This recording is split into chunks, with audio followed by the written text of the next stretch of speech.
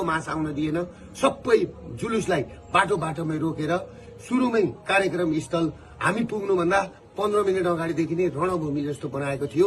त्यसले गर्दाखेरि कुन नेपाली दाजुभाइ दिदीबहिनीहरूको आँखाबाट आँसु झर्दैन, कसको ब्लड खुन ताप्दैन।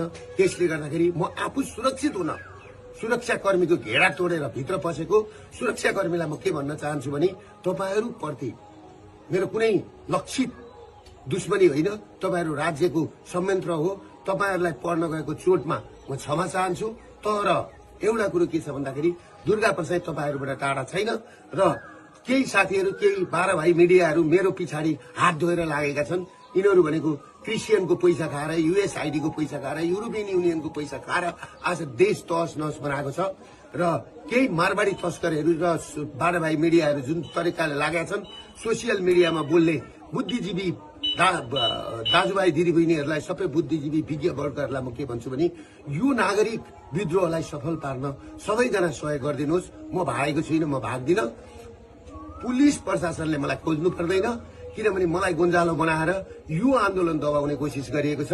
म सुरक्षित मात्रै बसेको, मलाई साफ भेटेको ठाउँमा गोली हान्नु भन्ने प्रधानमन्त्रीको आदेश छ भन्ने कुरो मैले सुनेपछि म सुरक्षित मात्रै बसेको, मलाई साफ भेटेको ठाउँमा गोली हान्नु भन्ने प्रधानमन्त्रीको आदेश छ भन्ने कुरो मैले सुनेपछि म सुरक्षित ठाउँमा बसेको छु।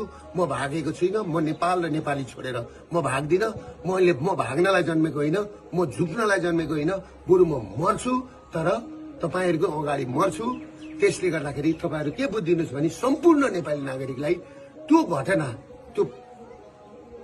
घटना कसरी भएको छ, पत्रकारलाई आगो कसरी लगाइएको छ, त्यो घर माथि कसरी बिहानैदेखि गएर चाहिँ पुलिस र सुरक्षाकर्मीहरू चढेका छन्।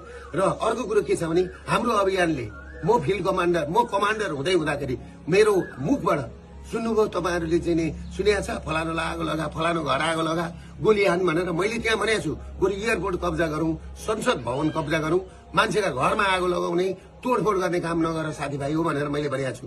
तर जुन घटना भएको छ त्यो घटनाप्रति म दुःख व्यक्त गर्दछु र जुन मान्छेहरू जुन 5 जना मरेको खबर आएको छ, अहिले 2 जना मात्रै देखाएको छ, एकजना पत्रकार भाइप्रति हार्दिक श्रद्धाञ्जली व्यक्त गर्न चाहन्छु र अर्को हाम्रो महर्जन भाइप्रति हार्दिक श्रद्धाञ्जली व्यक्त गर्न चाहन्छु र अरु 5 जनाको पनि तुरुन्त यिनीहरूले चाहिँ सार्वजनिक गरून्। त्यो भन्दै म सम्पूर्ण नेपाली दाजुभाइबाट म टाढा छुइनँ, म काठमाडौँमै छु। तपाईहरु पिर नगर्नुहोस्, म काठमाडौँमै कुनै एउटा मन्दिरमा बसेको छु, म सुरक्षित छु।